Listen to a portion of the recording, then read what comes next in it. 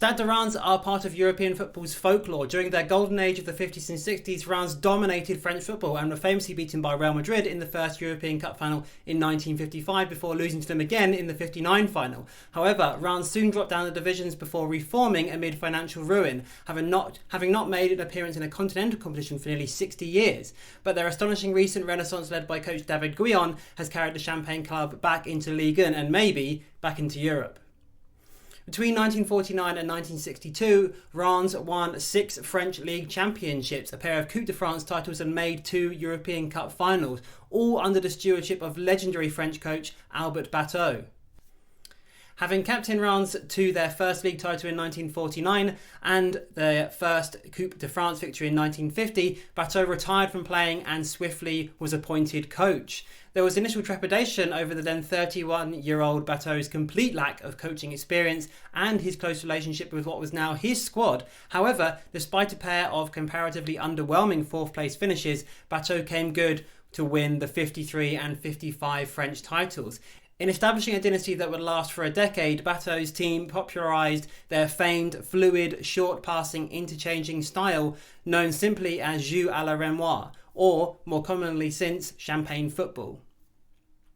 We were disciples of beautiful football, explained midfielder and eventual France coach Michel Hidalgo, who spent 3 seasons at Reims in the mid-50s. A short game played with vivacity and technique, it was sparkling football. Everything was done with quality of play in mind, for the sake of having the ball at your feet and attacking. Babert Le Science, as Batteux was known, would later describe his close relationship with his players as essential, stating in his memoirs that a football team should be managed like a family. We must introduce a sentimental side. Not strictly wedded to a specific formation, although Reims loosely lined up in a WM shape characteristic of the period, Batteux focused on style and pivotally prioritised emboldening his players to carry out his fluid attacking instructions.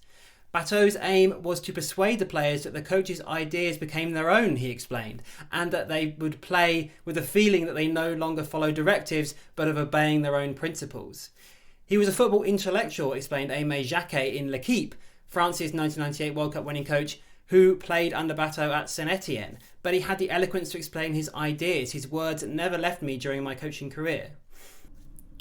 The Reims side that Batteux assembled remains one of France's best ever club sides and included imposing centre-back Roger Marsh, who was known as the Boar of Ardennes. He captained the national team in 2 World Cups. It included fellow French defender Robert Jonquet, who was also capped 58 times by France, and he captained Reims in both European Cup final defeats. Roger Piantoni, who signed from Nancy in 1957, was described by Kia Radnij of World Soccer as one of the last great inside forwards, and more latterly Just Fontaine, whose 13 goals at the 58 World Cup remains a seemingly unbeatable record. However, it was forward Raymond Copper who would become Batteux's fulcrum. Later nicknamed the Napoleon of football by a British journalist, Copper was a stocky, deep-lying creative forward, an elusive dribbler boasting the vision and intelligence to dictate games and provide an endless stream of chances. Dribbling was my key ability, where I could really make a difference, Copper remembers. The media and the public first thought that I dribbled too much, but what could I do? This was my main weapon, my way to play the game. Despite criticism over his extensive dribbling, Batteux was so keen for Copper to express himself that he famously told Copper he would be dropped if he stopped taking on defenders. Although European success was nothing new for Reims, as the first French side to win the Latin Cup in 1953, a tournament between the champions of France, Spain, Italy and Portugal, as 1955 champions of France, Copper and Reims were the first French representatives in the new European Cup. Although the European exploits heavily affected their domestic form, finishing just 10th in the league that season, Reims came excruciatingly close to being crowned the first European champions and were 2-0 up on the Real Madrid of Alfredo Di Stefano and Paco Gento inside the first 10 minutes of the final in Paris. Reims' famed slick pass and move style and some rash goalkeeping from Juan Alonso aided some early strikes from Michel Leblanc and Jean Templin. But by the half-hour mark, Madrid were level. Di Stefano ghosted into the box to slam home on 14 minutes before Hector Royal's close-range equaliser. Undeterred, Reims again took charge in the second half. Hidalgo's header made it 3-2 just after the hour. However, an incisive reverse ball from Di Stefano led to a goalmouth scramble, and Marquitos' scuffled, deflected shot eventually bobbled home. 5 minutes later, Royal slotted in a fourth to complete Madrid's comeback. They were European champions. After the final, Copa left for Madrid, but Batteux masterfully rebuilt his Reims side to win the 58th title, now with Fontaine leading the line, and again they found themselves in the European Cup final against Real Madrid the following season, but with Copa starting for the other side this time. Batteux's side would fail to trouble the 3-time reigning champions, however, as Di Stefano again led the charge, scoring the second to aid Madrid's comfortable 2-0 win. Although Copa again switched sides after that final, returning to Reims, and Batteux's side won 2 more titles in 1960 and 62, the coach's departure in 1963 marked a sharp decline, as Reims were relegated in 1964. Although they returned for 9 years of top-flight mid-table mediocrity in the 70s, the Champagne club were relegated for good in 1979. Spiralling debts saw the club suffer judicial liquidation and were dropped further down the divisions to what is now the 7th tier of French football in 1991, having reformed as a new club. However, Reims' return was swift. By 2002, they were back in Ligue 2 before, after a 33-year absence, fighting their way back into Ligue 1 for the first time in 2012. Although they were relegated again in 2016, David Guion's Reims have returned stronger than ever and finished a remarkable 6th this season, which is likely to earn them a Europa League spot should PSG, as expected, win both cup finals.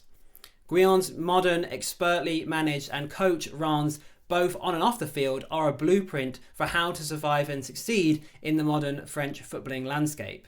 Firstly, they're extremely organised and defensively sound. French football is genuinely very conservative and pragmatic. Goals are scarce by comparison to the other big leagues. Ligue is comfortably the lowest goals per game ratio in recent times and has a high number of 0-0 draws. Teams broadly have a safety-first attitude, with fullbacks not getting forward too often, while midfields are often set up to protect rather than create. For a more expansive team without a solid base, it is easy to be outlasted and outmanoeuvred and lose by the odd goal to a far less imaginative side. Reims do this better than anyone under Guion. Last season, despite their modest size and means, Reims conceded the fewest goals in Ligue 1, while no one kept more clean sheets than the outstanding Predrag Rajkovic in goal. The previous season was similar, as Reims challenged for Europe too, despite being a promoted side at that point, finishing 8th. Although form and defensive rigour dropped away in the last few weeks a little. On both occasions, Reims have put out the league's best goalkeeper, Edouard Mendy, in 18-19, who signed for Rennes last summer and has been key to their successful Champions League push this season, and Rajkovic this term. Ahead of him sits an airtight, compact team and a meticulously organised defence. Although left-back Ghislain Conan is effective going forward, his tackling and defensive intelligence is excellent, while Thomas Fouquet at right-back is much more of a traditional full-back, defending being his main task. With Younes Abdelhamid and new centre-back partner Axel Disasi this season, after Bjorn Engels left last summer for Aston Villa, Reims' defence has been consistently imposing, assured and very rarely exposed, with Guion playing all 3 players' strengths of aerial prowess and an ability to read the game while limiting space in behind as Reims sit relatively deep. Under Guion, Abdelhamid has become the leading centre-back in Ligue 1 arguably, and is a key on and off-field influence. Secondly, like many Ligue 1 sides, Reims' scouting and recruitment is precise, extensive and cost-effective, signing players from lower down the divisions or from less fashionable markets for cheaper fees and turning them into top-flight players almost overnight. This is a model that pretty much every French club has adopted in some regard of late, after Nice and Monaco in particular made hundreds of millions of euros in transfer fees selling those types of players onto other clubs. Unheralded goalkeeper Rajkovic, for example, was brought in from Maccabi Tel Aviv in Israel, while Conan, who was outstanding before injury issues last season, joined from Vitória Guimarães in Portugal, one of Ligue 1's favourite under-the-radar markets. Nearly always looking beyond the bigger clubs in Portugal, like Porto and Benfica and Sporting Lisbon. 22-year-old defensive midfielder Mateo Cassama, who was brilliantly breaking through at the end of last season before the COVID-19 stoppage, also joined from Portugal from their second division. Winger Moussa Dembia, who has been a key attacking influence over all areas of the side, joined from Rostov in Russia, again without much fanfare or expectation, having been in and out of the Rostov team during the previous season. Like many overachieving smaller clubs in Ligue 1, such as Angers and Nîmes as well, Reims have also done a great job of identifying talent from Ligue 2 and lower down the French footballing pyramid. The technical, organising midfield presence of the ever-present Xavier Chavalerat has been central to Reims' promotion and survival in Ligue, and having joined from Red Star Paris in summer 2017.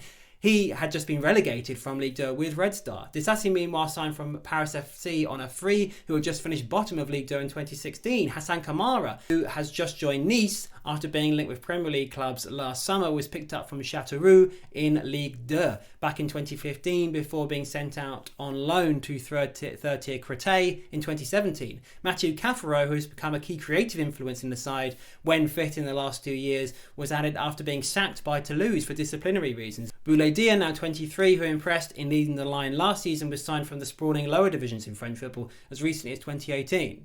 Finally, and perhaps most importantly, Reims have put their faith in youth. Catharo, for example, was just 21 on the fringes at Reims when they won promotion from Ligue 2, but fought his way into the side after some effective displays as a sub and was given increasing responsibility in the top flight. Forward Remy Houdin, who was top scorer in the 18-19 season and has since left for Bordeaux for a record fee of £9 million, was promoted through the ranks, having graduated the excellent Reims Academy.